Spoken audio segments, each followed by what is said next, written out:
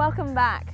We're looking at what jewellery means to us, and we've also been talking to some artists who've explored these meanings to say something about themselves and the society that they live in.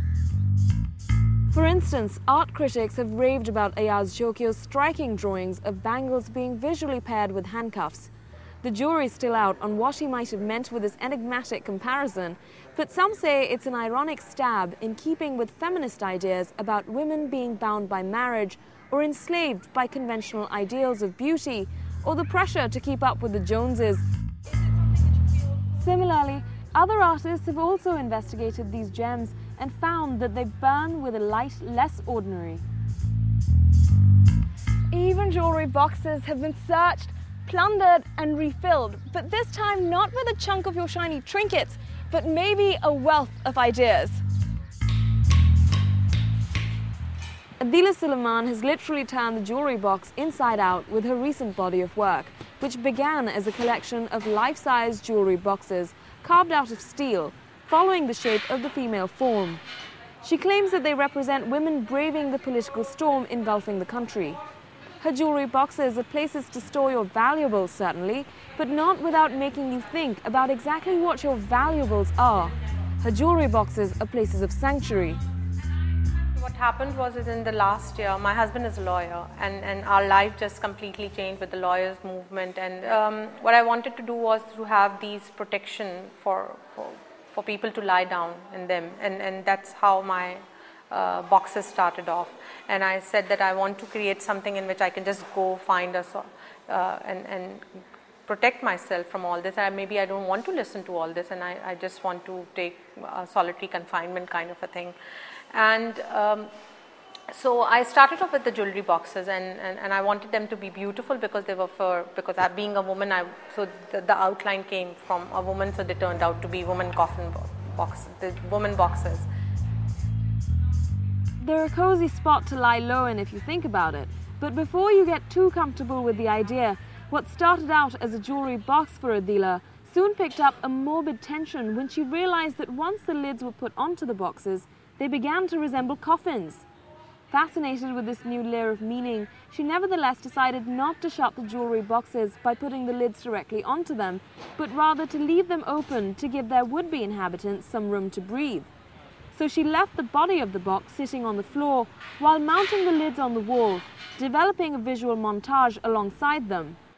So when they came into my studio and I was working with them, and they were being hung on the lid was hung on the wall and the box was lying in front of it, they started looking like graves to me.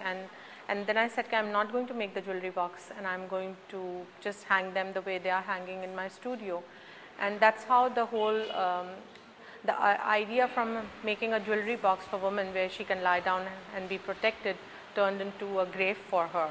And I was not saying that everybody has died. I was talking about the fear that you have, the uncertainty that you have all the time, that something would happen to you.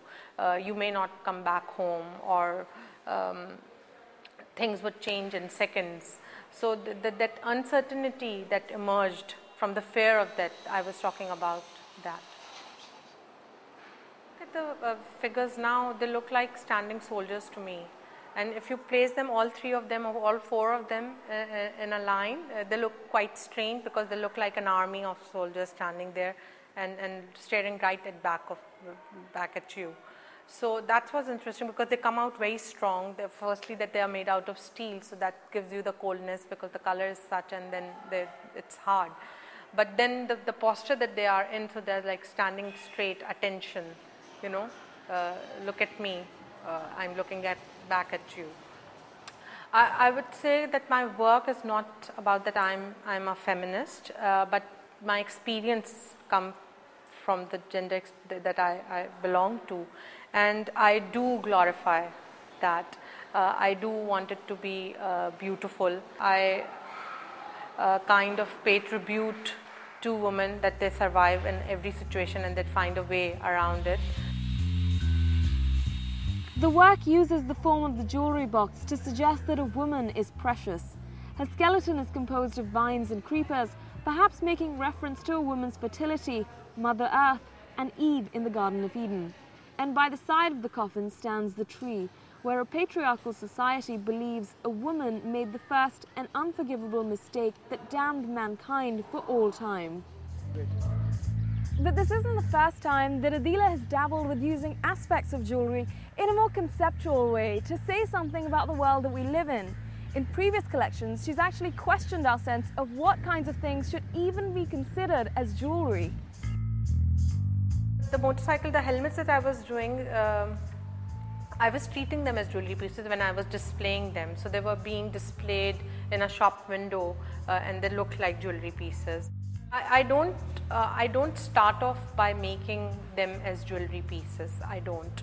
But then they look like jewelry pieces, then I display them like that.